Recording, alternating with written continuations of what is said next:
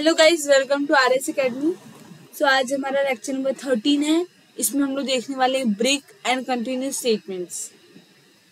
So break and continuous statement को ही बात करने के पहले मैं याद दिला रही हूँ कि लास्ट लेक्चर में हमने देखा था लूप्स के बारे में।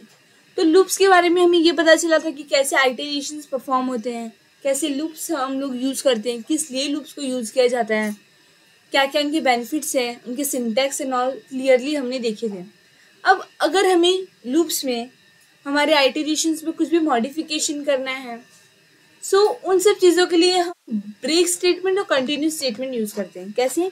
इफ मैंने बोल रही हूँ कि जैसे 1 to 50 आपको क्या करना है, नंबर प्रिंट करना है। काफी आसानी से हो सकता है, आप कोई भी लूप का यूज कर सकते हैं, फॉर, डू, वाइल, एनीथिंग।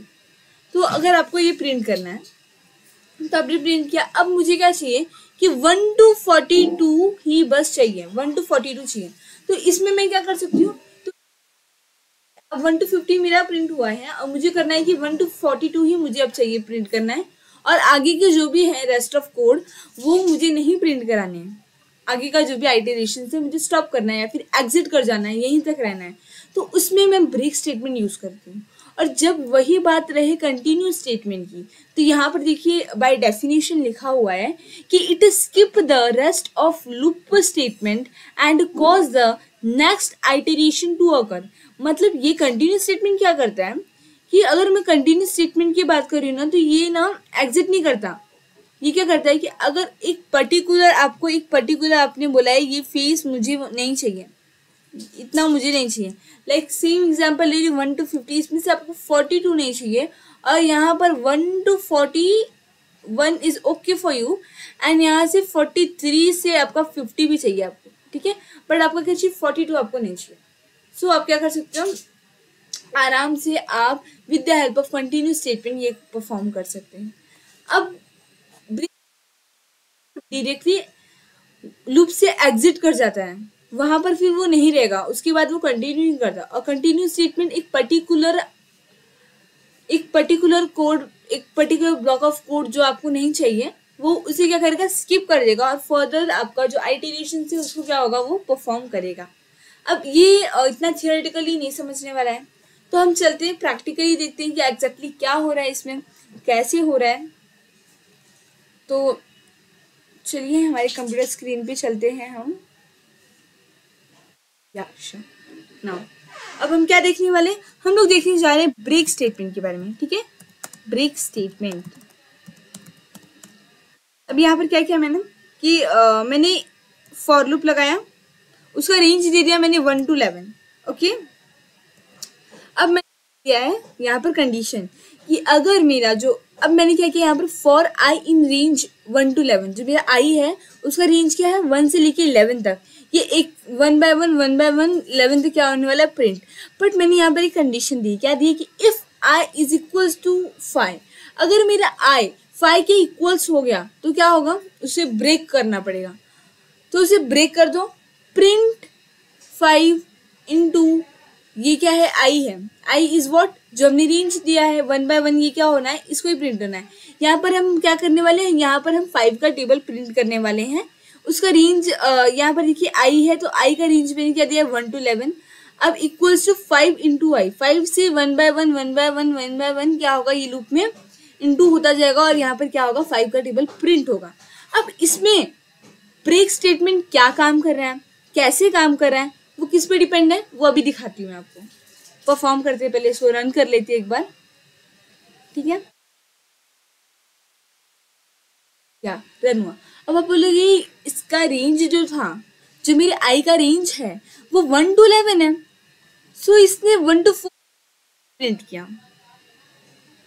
तो आप लोग देखिए, यहाँ पर मैंने कंडीशन दी थी, आई अगर 5 हो तो ब्रेक। अब यहाँ पर ये काम कैसे हुआ मैं बताती हूँ।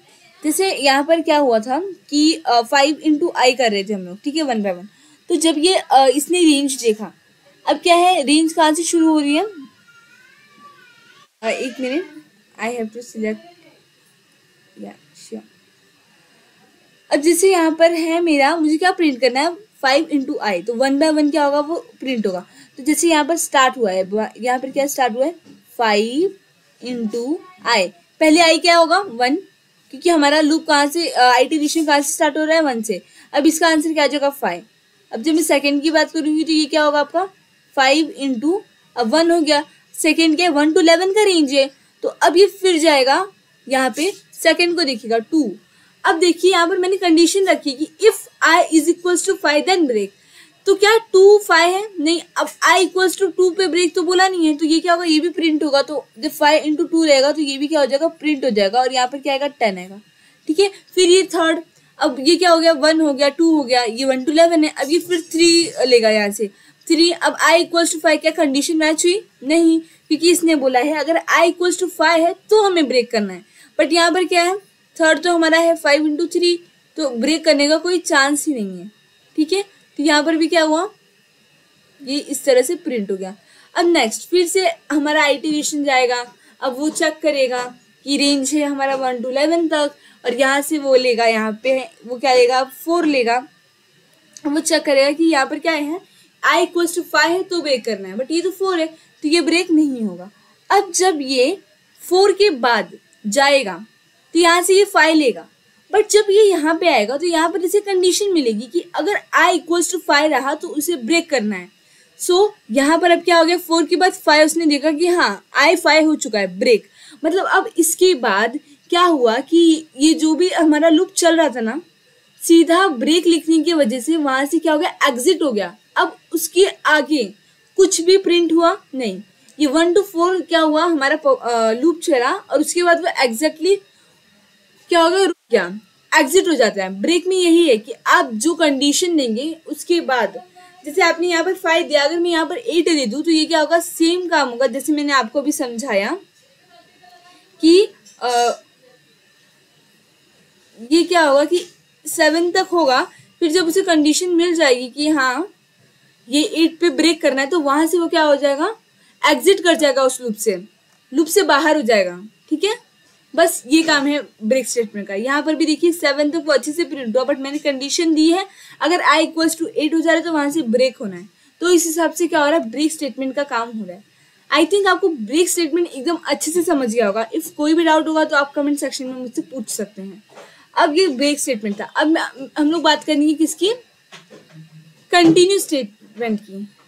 तो स्टेटमेंट का क्या है देखते हैं हम लोग।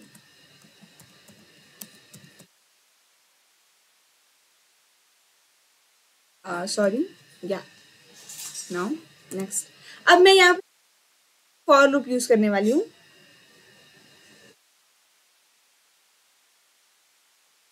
का मैं रेंज ले रही हूँ 12,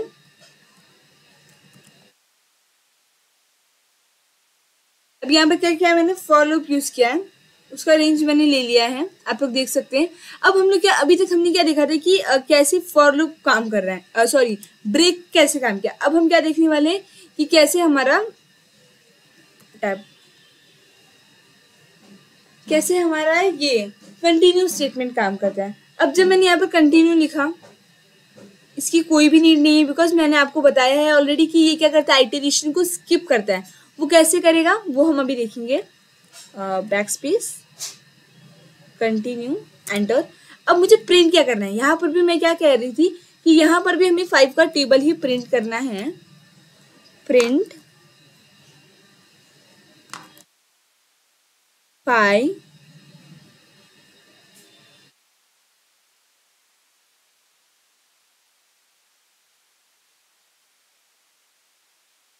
एक मिनट, ये नॉर्मली ले रहे हैं। क्या लिया है मैंने यहाँ पर 5 इंटू लिया है, i equals to last program में किया था विदाउट एनी चेंजेस। हम लोग सेम प्रोग्राम यहाँ पर भी क्या करेंगे रन करने वाले हैं। ये रहा, एक मिनट, 5 इंटू आई,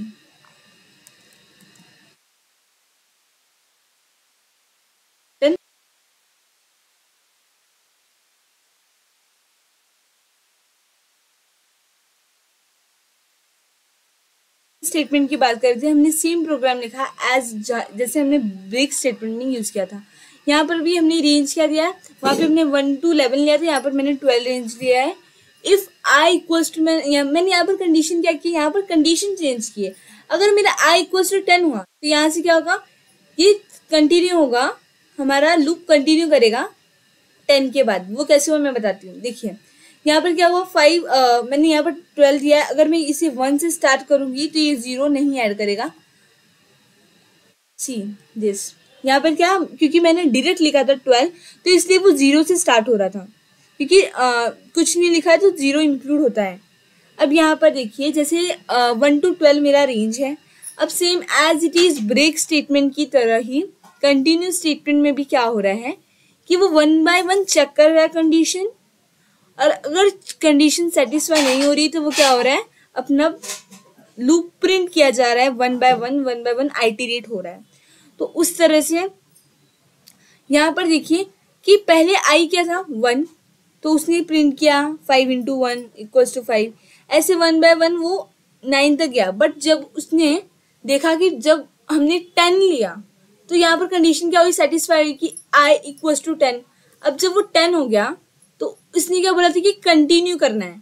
मतलब जब भी कंटिन्यू स्टेटमेंट की बात करें तो जो भी नंबर है, जो भी कंडीशन आपने दी है, कि जैसे मैंने यहाँ कंडीशन दिया आई इक्वल्स टू 10, तो वो इस स्टेज को, मैंने बोला था एक पर्टिकुलर ब्लॉक ऑफ कोड को, पर्टिकुलर कंडीशन को स्किप करेगा, तो वो इस कंडीशन को स्किप कर देगा और उसके आगे जो भी कोड बचे हैं उसको क्या करेगा, प्रिंट करेगा। तो जैसे हमारा रेंज बचा हुआ है 11 तक, तो उसने क्या किया, 11 को प्रिंट किया, वो एग्जिट नहीं हुआ। बट ब्रेक स्टेटमेंट में क्या होता था, वो उसी वक्त से एग्जिट हो जाता था, आगे का ब्लॉक जो कोड होता था वो क्या होता था, रन नहीं होता था। बट यहाँ पर क्या है, यहाँ पर ये रन हो रहा है। अगर मैं इसको 10 की जगह 5 कर दूं एज जैसे हमने ब्रेक स्टेटमेंट में किया था, तो ये क्या करेगा, ये 5 को स्किप कर देगा और उसके आगे सब कुछ क्या करेगा, प्रिंट करेगा। सी 1 2 3 4, एंड यहाँ पर देखिए 5 को इसने स्किप किया और 6 से इसने कंटिन्यू किया। सो बस यही कंसेप्ट है ब्रेक स्टेटमेंट का और कंटिन्यू स्टेटमेंट का। तो आई थिंक आपको अच्छे से समझ गया होगा कि ब्रेक स्टेटमेंट और कंटिन्यू स्टेटमेंट क्या है। So thank you, and next lecture में हम देखेंगे आगे, अलग नए नए वीडियो आएंगे। कल हम लोग देखेंगे न्यू कुछ अच्छा।